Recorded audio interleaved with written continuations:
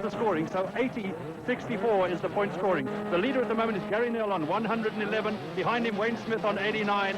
In third place is Russell Campbell on 79. Fourth is Gary Peterson on 64. Then comes Carly Prestwood, who's not here today, on 60 points. So that is the point scoring. It's going to be very close indeed. With 5 seconds to go, take the start, Peter. And they're watching that gate. They will clearly forward. Away they go out of the start gate for the first race. And it looks like it's Peterson and Smith and Campbell. Smith going through on the inside. Campbell goes to the outside and loses about 5 places. But it's Gary Peterson. Peterson, when there's money around, is a man who likes to go for it. He's got Wayne Smith with him. Gary Nell got a good start. Then it's Gary Galway. What's his name? Mad Murdoch's in there as well on that Shell Suzuki. We're watching him as they turn. But there he is. Gary Peterson, 14. Blue Stardust, Mobile, Kawasaki, Keldex, Honda, right on his tail in the form of Smith. Then it's Gary Nell. Then it's Gary Galway. But it's Peterson. Peterson, the man who's come back from knee surgery this year. He's been in Southwest Africa, holding some training schools. They launched those bikes up here into the syringa trees, and it's Peterson through the turn. Oh, Peterson's got a great break there, but so did Smith. He's right behind him. And this is going to be a fight all the way. There is Russell Campbell, who is lying in third place on those points tables at the moment, and he wants to get more. Remember, it's 4 times the scoring for this one. So if you don't score in the first heat, you can still come back in the last heat of the day and win the event. That is Gary Peterson on that Kawasaki. Is really going well at the moment, and he wants to stay in front. He hasn't had too good a season this year. He hasn't been right up there in the winners roster, but he's been in the top 5 or 6 anyway. Now he wants to win this one and shows that he's quite capable of getting top points. Well, when there's money concerned, that's where Peterson is, and Smith closes up on him. Don't forget that this is an open class. You're allowed a 250 and a 125 machine, or a 500 machine if you ride one. And here it's all 250s, the first 6 places, 250cc machines, and that's Peterson. Peterson on the Blue Stardust Kawasaki. Wayne Smith, he's that dedicated man on that Keldex Honda. Behind him it's Gary Nell, the man who's leading the points table. Then it's Galway. Then it looks like Derek Graham as they go down, and then it's Russell Campbell. So Campbell right down in 5th or 6th place, but it's Peterson. Look at him through that turn. He just takes a handful of throttle, and he keeps that Kawasaki alive, and look at how close they are. There's 5 of them, and anyone can win this one. Oh, Peter, this is going to be a tight race all the way through. But Peter, while they're going round, I can see the track. Some of the track has been watered, and some of it hasn't. One would think that a watery track would make it much more slippery, but I believe it's actually the other way around, that a slippery track is a dry track. Is that right? Well, that's actually true. It depends on the soil and the kind of soil that you race on. At our Corribrick circuit, if you race on it and you put it down, it's got a clay base and it's very slippery. But here at Syringa, when you put it down, the ground is so nice it actually makes it more loamy, so that in actual fact the bike actually works a lot better and accelerates through. Watch him through the turn. The left-hand side he uses is that little lever, is his clutch lever. Right-hand side is the brake, and he's got the throttle on the right-hand side. That finger on the clutch the whole time, and that's what keeps the power on all the time. So you've got to have pretty good, strong hands as well. These guys work out with cross balls all the time, squeezing them and springs to tighten up the muscles in their hand and in their wrist, because that's a part of the body that also takes up battering. Well, that's actually something that's taken a turn in the last year, Larry. They don't want you to do that anymore. They say that you mustn't do that with a squash ball because you'll pump your arms up. So the latest theory is that you should do nothing for your hand. You should just train and make your body strong, because they say your wrist is strong enough to absorb that. Can you believe it? Oh, well, there you go. All right, you're watching the man in second place at the moment. That's Wayne Smith, who's got the pressure right on Gary Peterson. There you can see the 2 of them. That's first and second. In second place in your picture at the moment, Wayne Smith really going like a train. He has finished in second place in the 125 Senior Championship. He finished second to Russell Campbell, and in the 250 he also finished second to Russell Campbell. So Russell Campbell at the moment lying in third place, 5th place is the Peter, right down the field, and Wayne Smith is the man who is finished second place in the national champions in 2 classes, and here he is following Gary Peterson around. Gary Peterson in turn followed in 6th place. Smith just jumped through. Smith just jumped through on the inside. He waited for that. As Peterson slowed down for a second, I think that knee of his isn't perfect. Wayne Smith just looked at it, he accelerated down, and he said thank you, and he just jumped through. He took it away. That's for sure. I spoke to Smith just before the race, and he said that Peterson's a hard man to meet. If he can just push his way through and accelerate right away, he was going to have this one sewn up. But Peterson is never an easy man to beat, ever. And right, he's certainly going to try hard. Derek Graham is moving up through this pack at a remarkable rate as well. It's Graham that's going after this man in your picture, Wayne Smith, who's in the front. And Russell Campbell, the South African champion, lying in 6th position at the moment. 6th position. But this is Wayne Smith at the moment, who is leading this race now, having completed 2 laps of 8. They're 1/4 of the way through this race, and Gary Peterson wants to get up there in the front again. He really does. He takes off that rip-off on his glasses. Peter, how many layers of that stuff do they have before they start? Well, there's two types, Larry. You have one that is almost, it's called a roll-off, and it's like it works almost like a camera. It's got a film in it, and you just pull it across your eyes, and that actually just keeps it straight. And you can see Peterson getting a lot closer. Or otherwise, you have the actual tear-off type, where you'll have a layer of, and they normally have about 5 or 6 on the, so they think about during the race, they'll have 5 or 6 extra pairs of eyes as they go through. And you really need them, because you can see the track's been watered. It's very muddy. That's Peterson, the second man, going after Wayne Smith, who in that corner before took that muddy tear-off, and now he can see because he's in the front. Right, well, of course, that tear-off applies not only to motocross riders, but the road racers, both locally and internationally, use them, and even Formula One drivers use them, in fact, to keep the muck off the front of their helmets, because anything, not only mud, but squashed insects and all sorts of things get on the front and obscure your vision. Right, they're coming up now to complete their third lap, and that is Wayne Smith, 3 laps down and 5 to go, and Gary Peterson still right in his tail. That's for sure. 5 laps remaining. Wayne Smith in the front. There he goes through the turn. And you can see how the track is now starting to get very, very bumpy. The track is getting more bumpy. Those grooves are even deeper. Smith over the top. He accelerates now. He accelerates towards the Syringa trees. Peterson right behind him. Smith jumps up into the afternoon air here. And right behind him, it is this fellow, Peterson. Into the turn. That's the lake turn. Smith through the turn. Look how close Peterson is. Peterson is right there. All these bikes have got single shocks on the back, Larry. They don't, the old bikes used to have 2 shock absorbers, and now they only have 1. And they just call them different names. On the Kawasaki's, they call Unitrack suspension type, but on the Honda that's in the front now, it's called Prolink. Honda have stuck to that for the years, and all of the major manufacturers now only have 1 single shock on the back. How many shock absorbers does a bike like this go through in a season, providing the guy rides in every race? Well, to ride every race, you should actually be chasing it every... You should be changing your shock fluid. You change your shock fluid inside the shock every second race. And it costs you something like 100 Rand. It's very expensive. It's very, very specialized lubricant that you put in there. And that's what they all have to do. So they've got to keep these bikes highly serviced, not only clean, but highly serviced as well. Of course, cleanliness is part of that servicing, because a bit of dirt gets into your engine and you've gone, well, not only into your engine, but anywhere. Now you can see that Smith is actually starting to pull away quite noticeably from Peterson. And Peterson is going to have Gary Nell up his exhaust pipes very shortly. He's not too far behind. Remember that Russell Campbell's still there in 6th place, possibly playing a waiting game because he's not high enough up at the table yet. He wants to get more points than he's going to get from coming in 6th place. And they're coming in now to complete their 4th lap. They're halfway through the race, and it's still Wayne Smith, it's Peterson, then it is Nell, then in 4th place it is number 15, that is... Right, it's Gorway, sorry, I missed the name there. And Derek Graham still going very, very well indeed, fighting off the challenge of the man behind him, who is Mike Swanepoel. So it's still Peterson in that 2nd place, behind Wayne Smith. That is Smith. They call him the Benoni Bomber, and that is a name that is for sure. He just bombs his way through all these races. He's in the front on that Caldex Honda. It's really suited him. He's done just about no mods to that bike at all. He changes, we spoke about the back shock, but they also changed the fork oil in the front, Larry. Because the fork oil in the front gets worn out very quickly, so they have to change it so they've got some nice movement in the forks. So it has to take a lot of shock. So you can see how it bounces around. So they've got a lot of different kinds of fluids in that bike, as well as petrol and oil. They've got all those different kinds of fluids for the different shocks and so on. And Peterson now jumping further and trying to get closer to Smith all the time. But it's Wayne Smith, 29, the W there meaning Wayne, I'm sure you know that, through the turn, over that little jump, now into this left-hand turn. Smith sits on those bars, pushes that front suspension down, makes that bike work, and look how bumpy it is. He's bouncing all over the place. Those ruts are even deeper. When you go jumping down that hill, you can see him now as he jumps. They jump a long way. Watch Peterson, he jumps down. Sometimes the tail end gets kicked sideways, but you just have to stay middled on the bike, and the bike will straighten itself. And Smith now through around the outside, accelerating. Look at Peterson, is certainly incredibly quick through that turn, and never discount Peterson. They've been racing for 4 laps. They're coming down to complete their 5th. And it's still Wayne Smith in the front. Wayne Smith going like a rocket ship on that red rocket Honda, and right behind him it's that Blue Stardust Kawasaki, and behind him it's Gary Nell. Gary Nell is still hanging on to the 3rd place. He's the man who's leading the championship so far with 111 points, and Smith has got to make as much space between him and Nell as possible if he wants to win this $1,000 that's available up today. That's a big prize to win. And Russell Campbell is up to 5th now. Russell Campbell in 5th. It's Mike Swanepoel in 6th. And in 7th place, it's Marcel Gigot. That is the leader you're watching at the moment, Wayne Smith. And Peter, we were talking earlier about this is the senior, you can ride a 250 or a 125.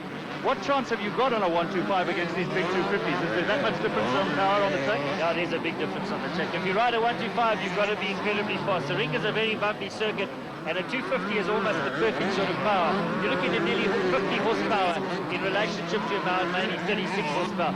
So there is a big difference. So on a 250, you've got a much better chance of winning here at Syringa. And this track is very, very demanding. It gets harder all the time. Stan spends a lot of time preparing the circuit. But watch Gary Nell. Gary Nell was behind at the beginning of the race. He was in it, but now slowly but surely, and he's Mr. Smooth at the moment on a 250. When Colin Dugmore was here in December, Gary Nell was training with him, and it's just changed his life. And I believe Dugmore's coming back to train with him again this December. That's good news. So we'll be seeing Dugmore and speaking to Dugmore during December, and hopefully he can give some very, very good advice to our upcoming local riders. There you can see the fight for the front. That is still Wayne Smith there, and Gary Peterson is very close now. You can see that gap is down to about 1 bike length as they start to get amongst the back markers now, and Peterson is right there with him. Peterson is trying to get past Smith on either side of the road. He doesn't mind which side it is, as long as he can get past. And up they come. They complete yet another lap. So 6 laps have gone, and there are 2 laps to go. And it's still Wayne Smith and Gary Peterson right up the front. And Nell is on the chart. Campbell is not too far behind him. And then behind him as well, Derek Graham's also in the points. But right up the front, it's still Gary Peterson trying what he can to get up with Wayne Smith. You see that gap has opened up a little bit now. It's opened up to about 4 or 5 bike lengths as they go up over the Bob jump and up to the highest part of the track. That's where they are at the moment. And there's a couple of turns on this plateau before they work their way down the Widowmaker in reverse direction to what they were racing on Saturday. And it's Wayne Smith now riding that Honda against the Kawasaki of Gary Peterson, lying in second. There they are, first and second over the jump there. And Peterson again starting to close up. That gap is now getting closer and closer. As Peterson, they're running out of time. They've got just 1.5 laps to go. And Peterson's really good in the turns. I'm sure you've seen that, Larry. Through those turns, he's incredibly quick, and everybody knows that. But watch Gary Nell. Gary Nell is not slowing down. He knows they've on their 7th lap. Gary Nell is right there behind Peterson. And it's Smith who just gets off that. It's very, very rocky in there. It's very deep. And it's Wayne Smith now into that left-hander. He's through the turn. Then it's Smith, and then look there, Gary Nell. The little Whitbank boy is closing up on these leaders. He knows that he's probably only got a lap and a bit to go. And now he's got to really pull out all the stops to get close. There he is, right on Peterson's tail. They go jumping the other way down the Widowmaker, down that hill, right down to the Yuxkay River, and it's Smith now onto the Yuxkay straight. Through that turn, he accelerates Peterson very quick through there. Wayne Smith's got a hold. There's Peterson, and Peterson is certainly fast along, and Nell's come up. Nell has come up. It is Smith who jumps into the arena now to get the last lap. The last lap board is out for Wayne Smith. There it is, Mr. Jeff Hills with that last lap board out, and now this is where the fight's going to happen. This is where the fight's going to happen. Peterson's got to make plans, and so has Gary Nell. Wayne Smith still holding on that Caldex Honda, and it can be anybody's race if he just makes one step. And look how close Nell is. They go accelerating up now to jump into the Syringa trees. It's Wayne Smith that's holding on. It is Gary Peterson and Gary Nell as they go jumping up there, and this is anybody's race. It is, Peter. I think that Wayne Smith's probably going to get this one, but one mustn't predict in motorsport. But I think that Gary Nell is actually going to get second place away from Peterson with just over half a lap to go now. You're watching the leader. That is Wayne Smith. Look how he sits well back in the saddle. Now he moves forward to go around that corner. He sits right up front there to get the change of center of gravity. Gary Peterson comes in, and Nell is right behind him now. Nell is very close. That gap is up 1 bike length, 2 bike lengths as they go out of the squiggly bits across the chicken run in reverse direction now. And it's still Wayne Smith, Peterson, and then it is Gary Nell. There they come over that hill. Look at that, coming through really grips now with those back markers, and Peterson is right up on Smith. Peterson is right there. That's the fight for first now. Well, I didn't think Peterson would have had it in him to come back at the end of this race, but he certainly is making a go of it. That is Wayne Smith. Peterson just dived through on the inside of that back marker, and Wayne Smith's having trouble with his back markers, Peter. They're really walking him and stopping him from increasing that lead over Peterson. And Nell is also in the action. Nell is right there as well with him. And it looks as though that was Bunny Chandler that they passed, who just returned from Germany to watch them. And to go around and left Chandler, you've got to be going, and look how close Peterson is. This is it to the line. Larry, who's it going to be? Well, Peter, here comes Wayne Smith, and Peterson's right behind him. I think Nell's out of contention, but here comes Gary Peterson, but it's going to be Wayne Smith who gets it.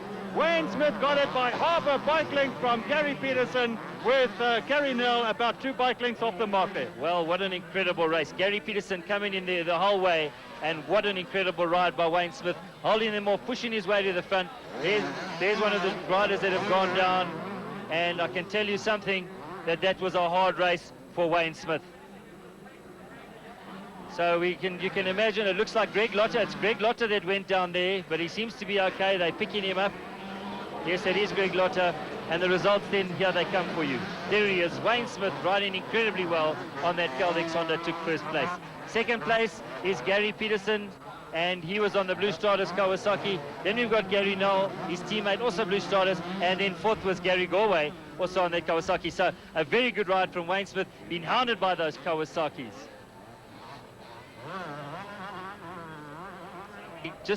We're just waiting to have a look to see what's happened. Was the points position now, Peter. Just looking at the point position, I've just been updating very quickly.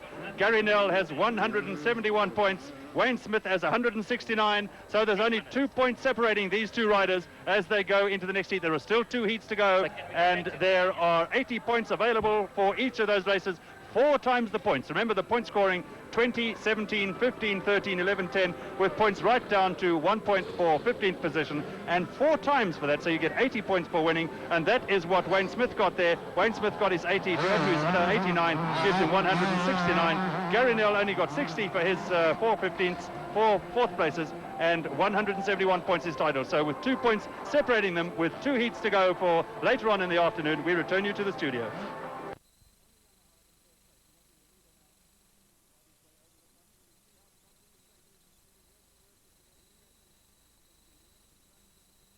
Out of the track and tries it, and then the dirt gets thrown out of the way and exposes the rocks and makes things a lot difficult for the riders. Let's watch the riding style now of Henneke. Standing up, now he just gets in the corner, he sits right down, uses that clutch and accelerates himself up. Then he stands up the whole time. Very, very similar riding style to Gary Peterson.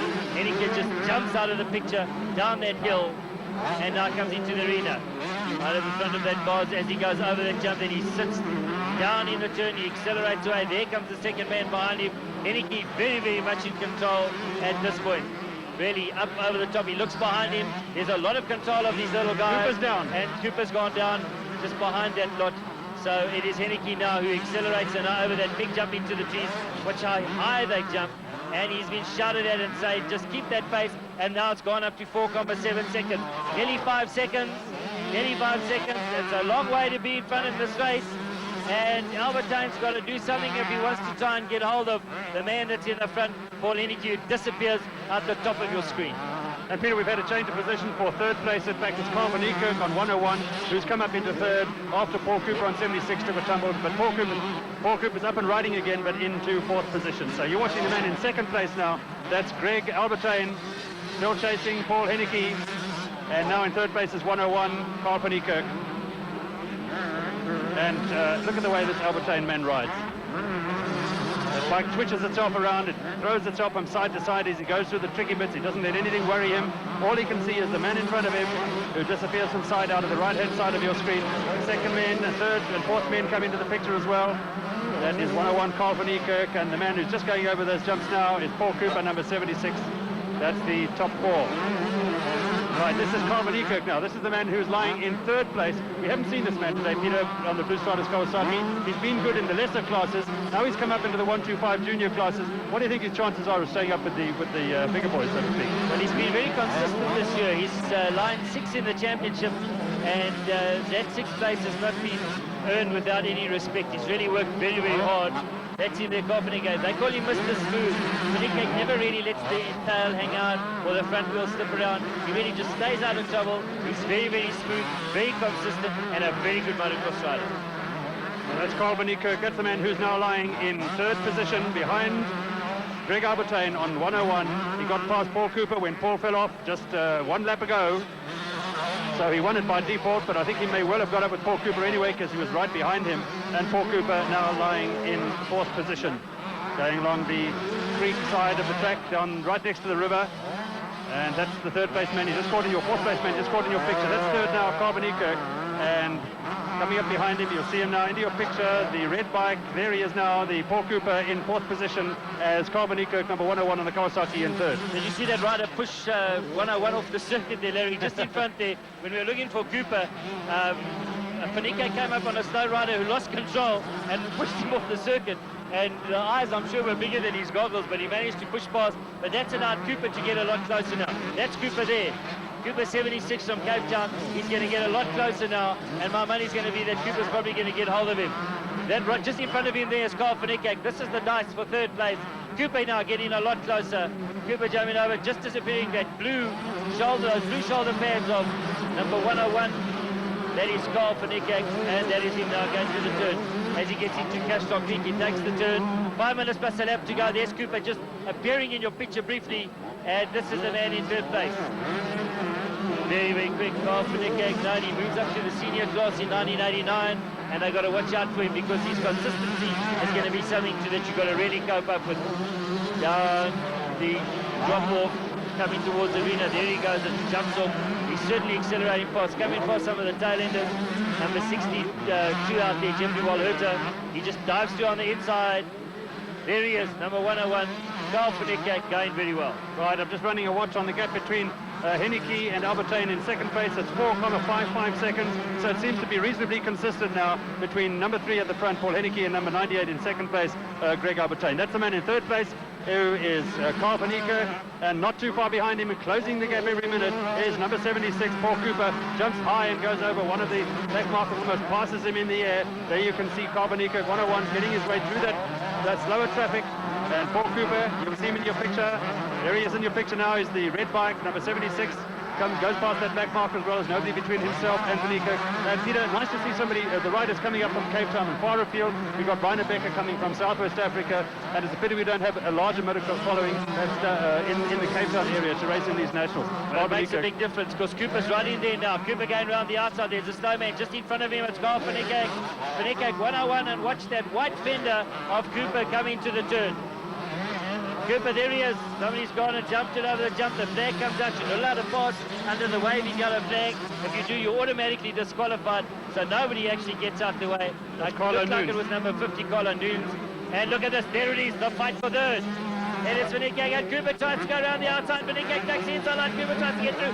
Cooper pushing his way through. He just barges his way through. Fanike now trying to come back at him. Fanike on the inside. But it's Cooper that's gone through 76 on that Wrangler Yamaha, and he's back to third. Yes, what a great piece of riding there. He got through in the gap where it didn't seem as if you could walk through there, but he took a whole motorcycle through that gap between the edge of the road and Carl Fanike could just barge his way through. That's Paul Cooper riding exceptionally well. He just made up into third position now as the leader come across the line to finish another lap, and let's just see what the gap is this time between the leader and Greg Albertine. It looks about the same. You're still watching that dice for third going on at the moment, and that's Paul Cooper and Carl Fanike, and the gap between first and second is 3.87 seconds, so it looks like Albertine made up half a second on that lap. Paul Cooper at the moment still riding exceptionally well and holding on to that third place, but he knows that Fanike is going to want it back again, and he's really trying.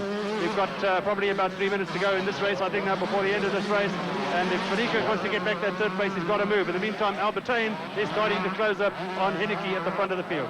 Fanike, a no-nonsense racer. He's on the tail of Cooper, who's, I'm sure his girlfriend out there showing him that he should go a little quicker. Up, and they jumped up there over the Widowmaker, going over the top and through the turn. And let's see, that is Henneke. That is Henneke. Number 3 is Henneke, and he's very, very quick. He is certainly one of the faster motocrossers in the country. He moves up to the senior class. You can see what the circuit looks like. That's Cooper, and right behind him there is Carl Fanike chasing up after him. And what's Fanike going to do? He jumps up on the inside, Cooper on the outside. That's the chicken run.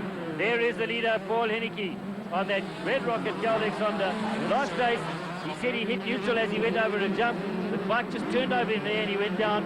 Fortunately, due to all the protection that he wears, he wasn't injured. There he is, just clearing his eyes, clearing that tear off away from his goggles, and now pulling in. It's still Albertine in the second place, but now it looks as though Henneke's opened up a bigger gap. There can't be much to go. They can only 6.53 seconds. That gives you an idea. The traffic has started to make it take its toll. It looks as though there's either 2 or 3 laps to go. And Henneke through the turn. He accelerates. Very, very good riding style. Stands up, jumps into those trees. Albertine is coming past now. He looks a little tired as Albertine. And Henneke now, certainly the strongest man in this whole floor, Larry. Well, when he nearly went off the bike then, just as we You've got to have a lot of strength to pull yourself back onto that bike again. Henneke 8.22 seconds ahead. That gap is getting wider. That's for sure. But look what's happening now. The dice that we thought was not going to be is that Paul Cooper and Carl van Niekerk in that freight train race are closing up on Albertine. So anything could happen between now and the end of this race. Absolutely. We've only got just, I think it's 2 laps to go, Peter, before the end of this race. So Henneke at the moment holding on to that lead. He's gradually widening the gap between himself and Albertine in his second place, number 98. But coming up behind him is that fight between Van Niekerk. There it is. That is Albertine there. And then we're waiting for the third place man, who will still be Carl van Niekerk on number, it'll be Paul Cooper on 76. Then it's Carl van Niekerk on 101. That's the leader at the moment, getting amongst the back markers. And that is 151. That's Alec Combrink. He's going past there. Almost passes him in the air. And you can see Alec Combrink is actually riding very well, despite the fact that he's a lap behind. So all these riders going very, very fast indeed. And Paul Henneke stands right up in the saddle. That's an unusual thing to do, is to stand on the pegs while you're going around a corner, Peter. I don't see that happening too often. Well, if the groove is deep enough, then you know the bike's going to follow the turn, so you can actually just stand up and it'll steer itself through the turn, Larry. And that's what Paul Henneke did. He's certainly got a lot of talent. Down the drop of down into the turn, back into the arena. He's accelerating away.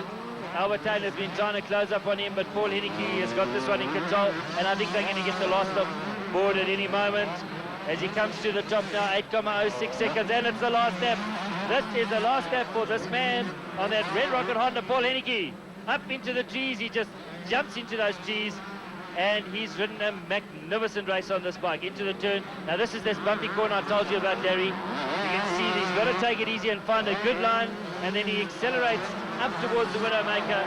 He jumps over the first jump, and then he'll disappear up over that jump. Oh, he doesn't even jump high this time. He knows that he's got those 8 seconds to spare, and he doesn't want to make a mistake. This is the last lap, and he wants to win this one. Right, and Albertine, of course, wants to come second. He's holding that gap at about 8 seconds, and then there's 11.5 seconds between himself and Cooper in that third place. And it's Paul Henneke now with just over half a lap to go before the end of this race. This is the 125 Juniors. This is the second race in this round of 3 today. But it's Paul Henneke who's leading. It's Albertine who's still in second place. It's Paul Cooper is third, and it's Carl van Niekerk is fourth. That is the man in front. You can see the similarity of his style between himself and Gary Peterson, with those elbows bent, cushioning the force of the bike coming up underneath him as they go over jumps and into holes in the ground. And Paul Henneke, I've seen this man ride with damaged legs. I've seen him ride with plaster casts on his arm, and he rides under any conditions. And here he is leading this race now, and leading it fairly comfortably. He was only third in that first heat compared to Albertine in first place and Richard Moore in second. We haven't even seen Richard Moore in this race, Peter. I think he must have perhaps come to grief in that tumble we saw right at the beginning of the race. But it's Henneke who leads this now, and he's got less than half a lap to go. Henneke just waving to one of the fans as he now comes into the arena with about 2 corners to go. Paul Henneke has really been magnificent in this race. This Caltex Honda rider has certainly put it all together. Here he comes now in the last turn through to take the checkered flag. There it is. Checkered flag for Paul Henneke. He just does a little wave. He's ready to go. Albertine's going to be the second man. That is Henneke moving out of the picture. And Albertine has ridden a hard race to get there. There's the clock of the course. Mr. Jeff Hills waving Albertine, and Cooper and Carl van Niekerk through at the end of the story. But a great race by that Caltex Honda rider. He's rode a magnificent race. He got right there in the front, and you'll see the results in a moment. Right, well, the results of that race then. First, Paul Henneke on the Caltex Honda. Second, Greg Albertine on the Kawasaki. Then came Paul Cooper on the Yamaha. And in fourth place was Carl van Niekerk. The two of them had a great race. But what a great race that was. 125 Juniors. More from us later. But for the moment, it's back to the studio. At the front of the race. And Peter, what do you think of that one? Well, that was an incredible crash. That's one of the better ones we've seen all year. Fortunately, nobody got hurt. In the first corner, it was Ricky Sneddon went down and everybody rode right all over him. But Marcel Gagai's got himself a good lead with Campbell behind him. Looks like Gary Noel or someone in there with him. But Smith was very unlucky to go down in that mud. And Marcel Gagai looking behind him on that Alexander, laughing in his helmet, saying, "This time it's mine." Well, they were whoops, and it very nearly was it. He went over there and threw that bike sideways. He just managed to regain control of it. He mustn't get too blasé about this whole thing. He's up front there with not a lot of competition at the moment, but he's just got to stay in control of that bike. That is Marcel Gigot. And as you say, what a pity we had two of the top riders down there. St. Pablo went in there, Ricky Sned was in there, Derek Cram was in there as well, Wayne Smith. But it's Marcel Gigot who leads this race. Into the arena he comes. And remember, it is a 12-minute plus a lap race. They've been racing for 1.5 minutes now. Let's pick up second. It's Russell Campbell in second. In third place, it is Gary Nell. And in fourth place, it's Derek Cram. So Derek Cram got up and riding again. Well, this could be one of the races that Marcel's going to have to hold on again, Larry, as I said. I don't think he's fit enough, and right behind him he's got the now new South African champion, Russell Campbell. And Campbell, in fact, is going to be... Oh, and Marcel nearly goes off again. Again, and he falls off again. What is this man doing? And he's got Campbell behind him. He's got a hard pressing Derek Graham. This is going to be a race, and it's not going to be an easy one for him. Right, he can't afford to make a mistake here. He can't afford to make a mistake. Otherwise, Campbell's going to be right behind him, right up past him. As you can see, there's Campbell there. That gap is about 25 meters or so at the moment. And Peter, action going on behind there. That is the man, Gary Nell, is number 19. Here's the man lying in third place at the moment, behind Campbell, and then just behind him is Derek Graham. Well, I think that Derek Graham would like to come back and race hard in this last race of the Camel National Series. He's had a miserable year. He got married at the end of last year. I don't know if that had anything to do with it, but he's certainly going to try and get back in it this time, and Graham is going to get amongst the leaders. Marcel got that great lead at the moment, but Russell Campbell on the new 1989 Yamaha is going to go with it, and I tell you something, it's going to be close. Well, Peter, I don't know, if he's riding the 1989 Yamaha against these 1988 machines, he's not going as well as perhaps I'd expect him to go. Well, you know, he didn't get a great start, Larry, and in that big crank he got actually held up a little bit, so there was a bit of time. You can see the whole new bike, it's got upside down forks. It's very, very trick. The new bikes, all of them are very, very good. They should all be in the country by the end of the month. But Campbell now on the new bike, he says that it handles so very, very well, and he's after Gigay, and this race is not over. Right, is that suspension two wheels answer to active suspension? Almost. Strange looking way that those forks are designed, Peter. Well, they're actually upside down now. So what actually happens, it's much more sturdy at the top, and the bottom end works, it's a lot more flush and works a lot better. And he's certainly going after Gigay. Don't believe for a second that the race is over. There's only 2.50 seconds between the front and the second man. Nell's in there, and just coming on the inside is Mad Murdoch, and this is going to be a close one.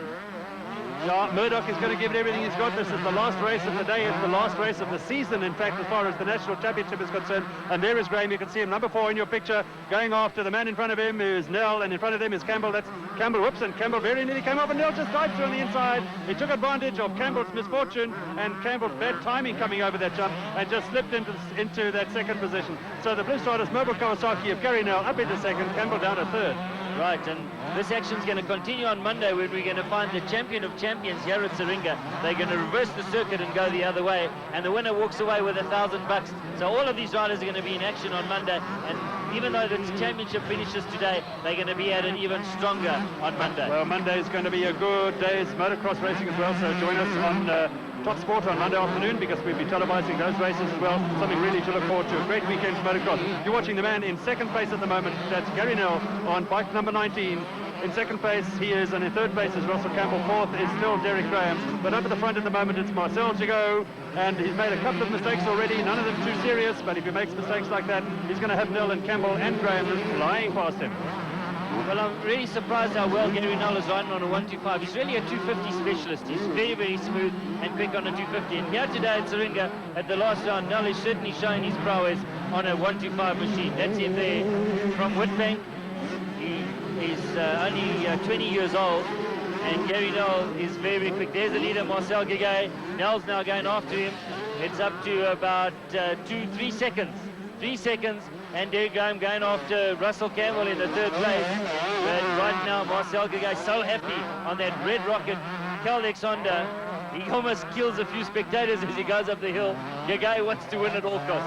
Well, Peter, this is one sport where the spectators really get involved in the racing. They come right to the track's edge.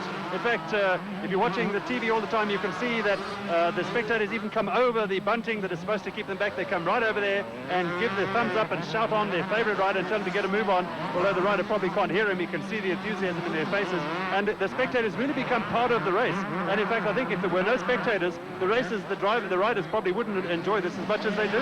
That's true. Well, you've been saying that. I don't know what's happened. Gary Nell's turned on the afterburners and he's closed right up on Gagay. And I bet you that the time difference between the two is going to be very, very much reduced. Into Castro Creek, that's Marcel Gagay showing. Look how close it is. Larry, this is really close. Maybe Gary Nell wants to get up. It's less than a second. On this lap, less than a second. Gary Nell means business on that Blue Striders Kawasaki. So it's Calix Honda versus Blue Striders in the form of Gagay and Nell. Down they go towards that big drop off through the syringa trees. It's Gagay who really jumps far, and behind him it is Gary Nell. They've been racing now for 7 minutes. 7 minutes, it's 5 minutes plus a lap is all that's left for these, and they are going to go for it, hammering it off. And Nell trying to go through on the inside. Gary Nell is now, Gagay nearly falls off.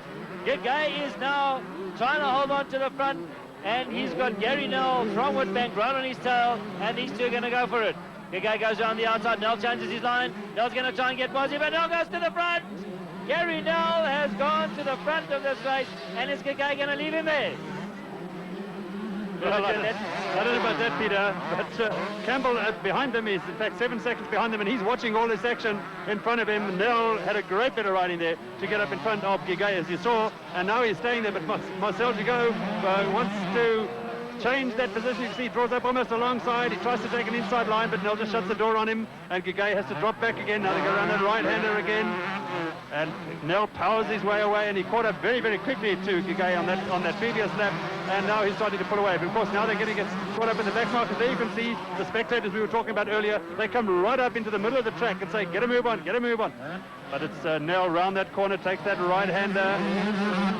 Very, very nice, standing right up in the pegs there to avoid to cushion the effect of the bumps. And Gagay is right behind him on bike number 8. That's the first, there's the second rider, and then there's a second 7-second gap before the third place man, who is Russell Campbell, comes into place, and then it's Derek Graham behind him. Ricky Snedden, in the meantime, is a long, long way down the field. You're talking about spectators getting close. Sometimes over a jump, if you do it quickly, in other words, turn your bike sideways, you actually knock spectators off the top of the jump. They really get so involved in the sport. That's Nell now coming straight at us. A lovely shot of him now onto the brakes, over that little jump. He's now coming to the arena, into that little jump into the sharp turn, and Gagay around the outside of a tailender, trying to make up that lost ground. He's 2 seconds ahead now, he's Gary Nell. 2 seconds to the good, and he certainly has deserved this. Now he comes past the finishing line. Power on, Gary Nell is flying. Marcel Gagay chasing after him, but Nell has just seemed to have got those afterburners on, and he has disappeared. There comes Gagay jumping over that big jump behind him, and this is the corner where they had that big crash at the beginning of the race.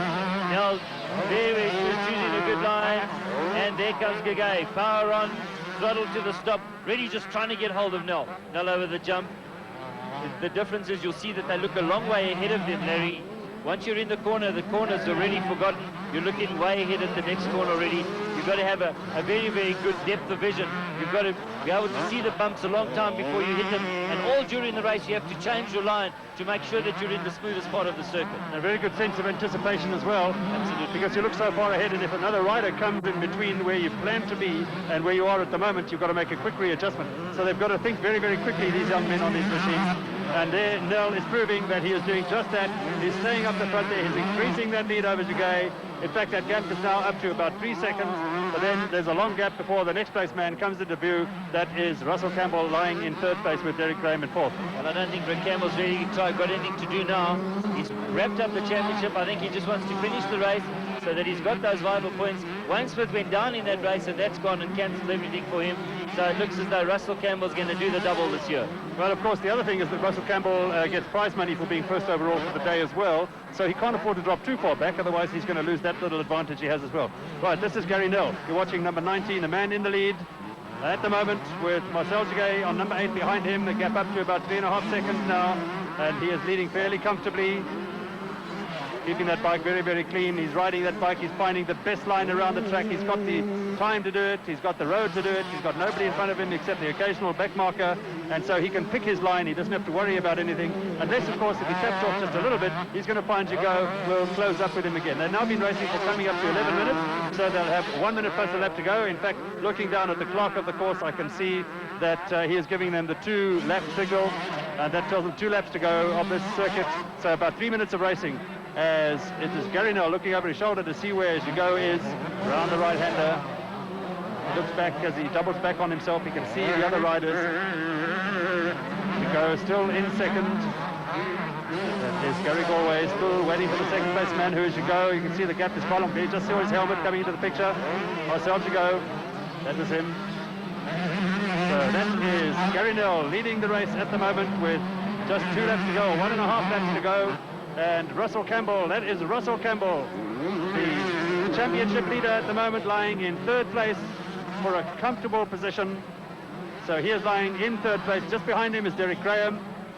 And Russell Campbell riding a consistently good race now, and slowed down just a little bit, but he doesn't have to go any faster than that. He's managing to stay ahead of Graham, and that's all he needs to do. And he is, and that's Campbell into Castro Creek behind him. He's got Derek Graham, who just appears in the picture, just flashes by. Russell Campbell, who's been magnificent this year. He certainly has ridden a champions race. He did well when he went down to Cape Town for the first national. You would have seen what a difference it made. He won all 3 motos, and since then he hasn't looked back. He's been magnificent. He's trained very, very hard. His girlfriend Valerie is right behind him. They've really put the package together correctly for 1988, and he is going to be a contender next year, there's no question, and we're on the last lap. So Campbell now, that's him going there, number 1. He's going to retain that number 1 plate in 1989, and not for nothing. Right, and also he's going to gain the number 1 board, if you like, for the 125, the 250 class as well. So he's going to have 2 number 1s to be racing next year, not number 1 and number 3 as he's been racing this year. There he is, riding exceptionally well, as you can see, going round now. South African champion, and it is going to be Gary Nell on 19 who will win from Marcel Jago, and Russell Campbell rides. Derek Graham tucked in behind him. See how Russell Campbell's still flying very, very well. And who is that, Peter? That's Russell Campbell's girlfriend. You can see she's very, very supportive of him. Walks around the track the whole time, makes sure that Russell does the whole thing. I think she realizes that everything's okay. She's walking back to the pits to make sure that there's water for him to drink after this race. Well, I think perhaps a little more than water after this one, Peter. I think that she's going to be very happy with him. Campbell, Russell Campbell, the new South African champion, number 1. And we're on the last lap, and we're going to have Gary Nell, who's going to win this one. And the riders down that chicken run going. There is Campbell. Campbell is going. He looks behind him to see how close Graham is. This race is practically over. Campbell knows that that position is absolutely perfect. Gary Nell's the man who's going to win this one. Second's going to be Gagay, but that is Campbell. Right, there's Gary Nell coming in to get the checkered flag. He's just got 2 corners to go after this one. He's amongst the back markers. No competition for him now with Gago some distance behind there. Gary Nell just has to look over his left shoulder just to make absolutely sure, but he knows that he's going to get the checkered flag. It's out for him, comes across the line, and Jeff Hills waves the flag for him. He looks over his shoulder, he's waiting now, he pulls over to the side and waits for Jago. And of course they'll both wait for Campbell to give him the... And there is Campbell now. Jago crosses the line in second. Campbell is in third, and Campbell takes the South African Championship for 1988 in the 125 senior class. And a magnificent year it was too. So winning that race then, Gary Nell on the Blue Stratus Kawasaki, second man home, Marcel Gugay on the Caldex Honda. There's Campbell looking behind him. Everybody walking around and congratulating him. You can see how really happy they are. He's done a magnificent. There's the champagne. That's the new South African champion. I'm sure that he's really happy, pouring that champagne all over him. No, down his trousers, on his shirt, everywhere. There it is. A big congratulations and a wonderful year for Russell Campbell, and Campbell has done magnificently. So the official result then, first overall then Gary Nell on the Blue Stratus Kawasaki, second was Marcel Gugay on that Caldex Honda, third then Russell Campbell, the new South African champion on the Wrangler Yamaha, and fourth was Derek Graham. So let's have a look at the champions for 1988. 250 Senior Championship was won by Russell Campbell on the Wrangler Yamaha. He also won the double by taking the 125 seniors Also on his Wrangler Yamaha 125 Juniors was won by Ryan Hunt on the Caldex Honda. 100cc Juniors by Dennis Hewitson Wrangler Yamaha. And then Corrie van der Brug with that broken wrist, the 80cc Minicross, and he finished first there. So we don't forget, we've got some good racing here on Monday for you. Some motocross in the Champion of Champions. And from every... Het is zelf hier naartoe gekomen? Nee. Ja, ik ken niet die vrouw niet. Die lijkt het op een of andere manier hier beland. Jy nou vir my kom sê dat die dooie vrou self hierin geloop. Hoe kom sy op jou bank te lande? Dis precies wat ek wil weet. Toe nou, jy moet jou nou nie aan strand hou nie. Hulle dink jy is die moordenaar. Die polisie gaan nie verder soek nie. As jy jou verder met die saak bemoei, is alles verlore. Ek weet, ja, is so. Luister, Jacques, daar's net een oplossing. Ek sê jy moet help, my vriend. Sê jy het vir my doen? Die belangrikste op die oomblik is dat jy moet verdwyn. Jy moet dadelik terug gaan Frankryk toe en ergens skuilplek. Ag nee, dit sal onmoontlik wees. Hoe kom ek oor die grens? Die polisie sal dadelik al die douane beamptes waarsku. Ag, jy's nie 'n gevaarlike terroris nie. Hulle gaan nie soveel moeite doen. Jou liefdestragedie is nie van belang nie. En teen die tyd wat die inligting na alle takke versprei is, behoort jy al ver weg te wees, veilig in Daar's Frankryk. nie weer 'n trein Parys toe voor môre vroeg nie. Wie praat van 'n trein? Ek leen jou my motor. Jy parkeer hom by die George Sank Hotel. Weet jy waar dit is? Ja, ek en mamma ken die plek, maar ek kan nie 'n kar bestuur nie. Dit het tyd geword vir vanaand se uitgawe van Top Sport. Onthou, die boot begin om 11:00. Lekker kar.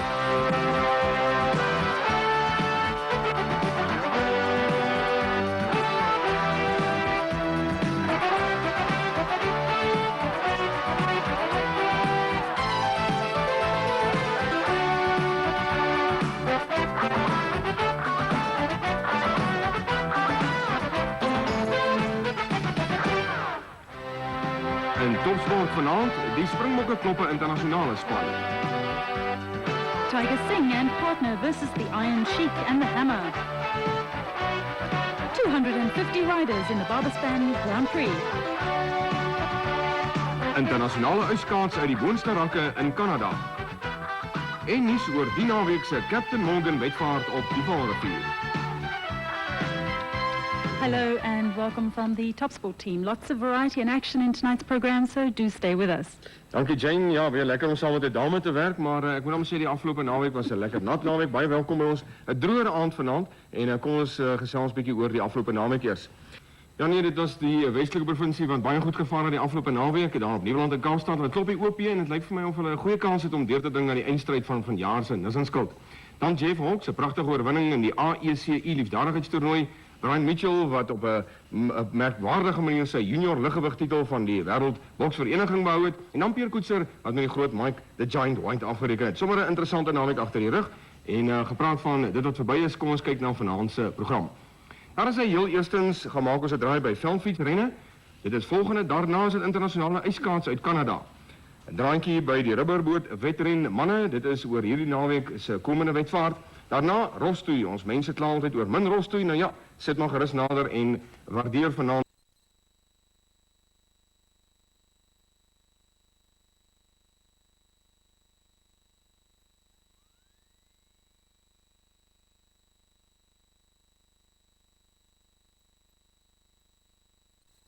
Senior and the 250cc events were dominated by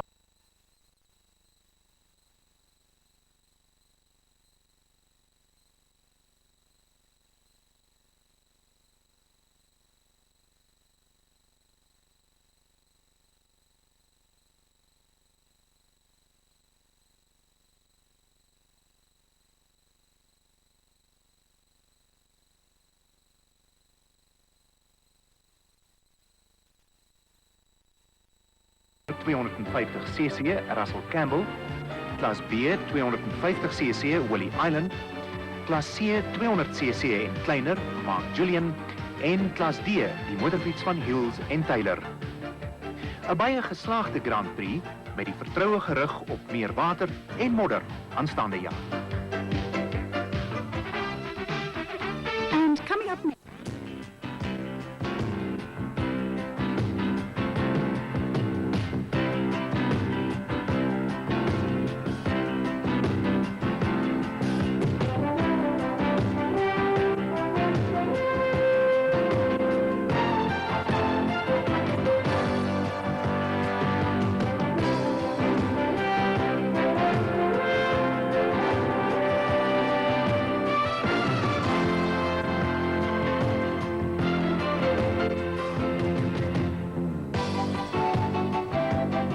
The 1989 motocross season gets underway next month when, on the 4th of March, this tranquil setting at Syringa Park explodes into a hive of buzzing machinery, all vying for top honours. Most of the stars of the 1988 season will once again be back in action, and the likes of Russell Campbell, Wayne Smith, Paul Henneke, Dennis Hewitson, Corrie van der Berg and Greg Albertine will be hard-pressed to take top honours. Camel, who sponsored the motocross and supercross series last year, has decided to concentrate solely on supercross, thus leaving room for a new sponsor. This role has been filled by the First National Bank, and the new series will be known as the Bob T National Motocross Championships.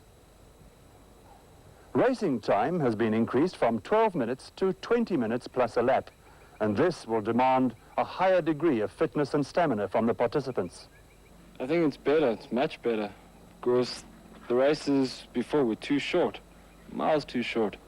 And now with a longer heat, there will be more racing and time to catch up. So it'll be much better. And 3 heats, you got one more chance to mess up if you mess up. At least in the 20-minute heat, if you fall at the start or hit the gate, at least you got the whole 20 minutes to catch up and at least get somewhere. Do you think that lack of stamina is going to be a prohibiting factor with quite a number of our riders? They're not used to that length of time of riding.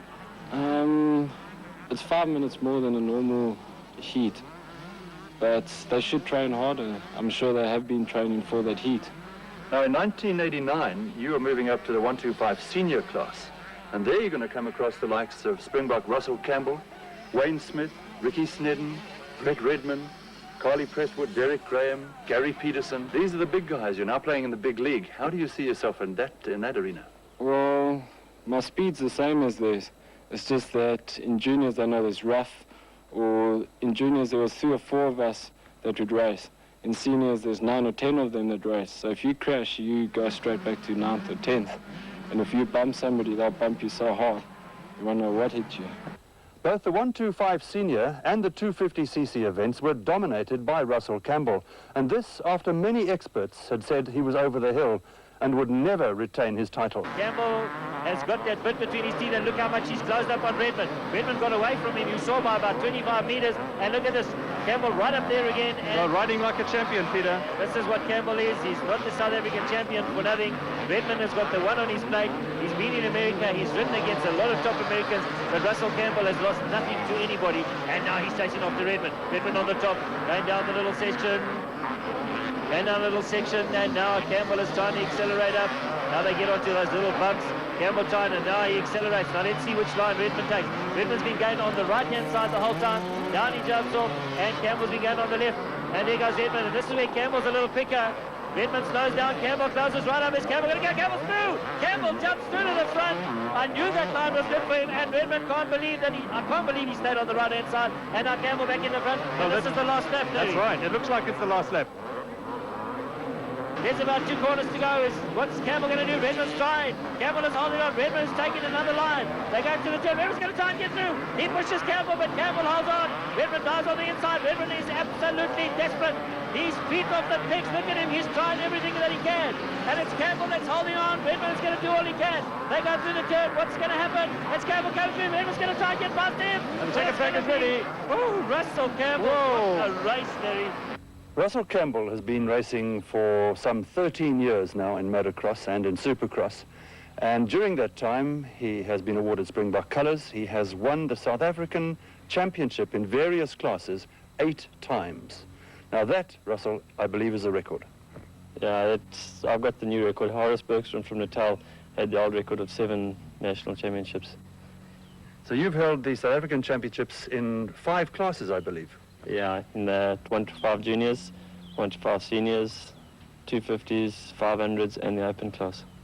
Well, that's tremendous. Now, this year you'll be going for 10 titles, I believe. You're competing in the 125 seniors again and in the 250s again. Yeah, it's going to be a tough year this year. I think a lot of guys are training a lot harder than what they did last year, and it's going to be quite stiff, the competition. How do you feel about the new timing for the motocross series this year, 20-minute heats as opposed to 12-minute heats last year? I think it's quite a lot better because it gives you a chance. It's not like a sprint race. If you get into the race and you start catching on the leader and then all of a sudden the checkered flag comes out, now with 20 minutes, you can pace yourself out and you can plan your race as you're going along. Let's look at Supercross now. In Supercross series last year, of course, Wayne Smith took the honours in both the 125s and the Open. You were down in 9th and 10th places, respectively, in both of those classes. Don't you like Supercross? Well, I only ride about 3 of the rounds, so, I mean, to finish 9th or 10th after riding 3 rounds or so, doesn't say much. But this year I'm going to concentrate more on Supercross and see what we can do. Arch rival Wayne Smith, with a little more consistency and better luck, should give Russell a closer run for his money. In the final round of last year's championship, Wayne rode immaculately and took top honours for the day. And a continuation of this type of form could land him a national title. That's the leader, Wayne Smith. You don't even have to worry where you land, and it really makes no difference whatsoever. Smith into the tail end of Russell Campbell's right after him. Smith accelerates through. There goes Campbell. Campbell jumps through on the outside. This is a dice for the front. Over the top. Wayne Smith really flying. The track's been watered. You can see there's a lot of mud around in certain of the boom. Wayne Smith through the turn, really accelerating up. Now into that right-hander at the top of the circuit. Up over the little jump, past the big tree that Derek Graham tried to kill himself on, and then down the left-hand turn. This is the last step. Only about 2 corners to go. That's Smith up over the top. He goes into that right-hand turn. He looks behind him at Campbell. Campbell's got really close, but Smith's going to win this one. Smith is going to win this one. He takes through the turn. Over the top. Smith's going to be happy about this one. He comes to the turn, and Wayne Smith gets the checkered flag. Wayne, you started in the 100cc class. Tell us how your career went after that. Well, I came last for about 1.5 years, and then once I got a new bike, I started improving from there. Won Transvaal Championships, went for South African Championships, never seemed to make it. In 86, I won a South African Championship. 88 was a very good year for me. I won the Supercross Championships, and I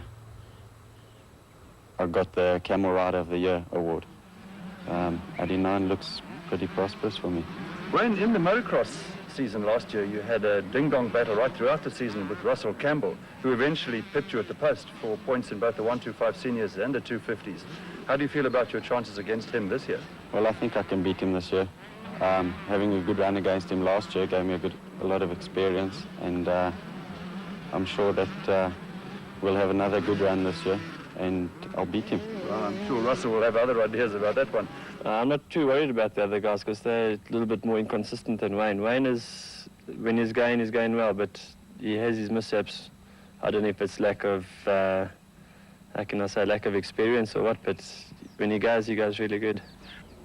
As mentioned earlier, the first round of the Bob T National Motocross Championships gets underway here at Syringa on the 4th of March.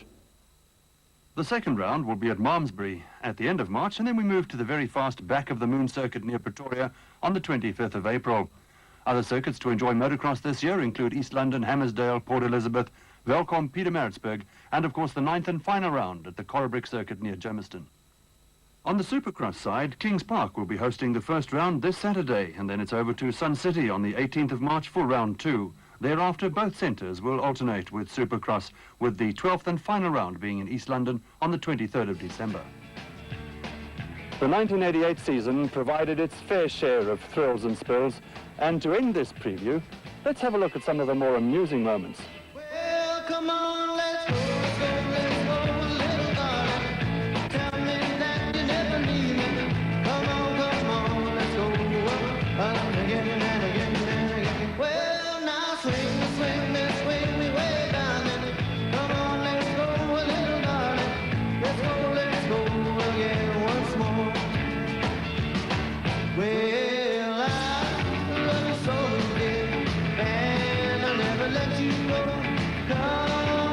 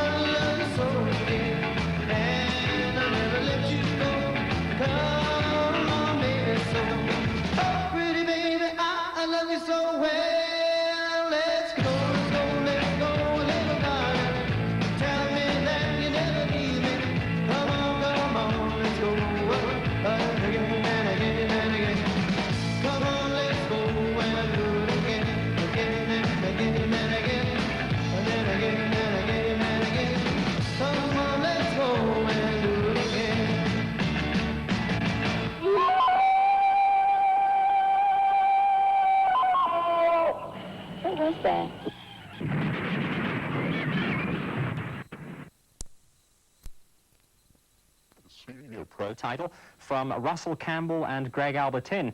And Corrie van der Berg was the star of the junior setup.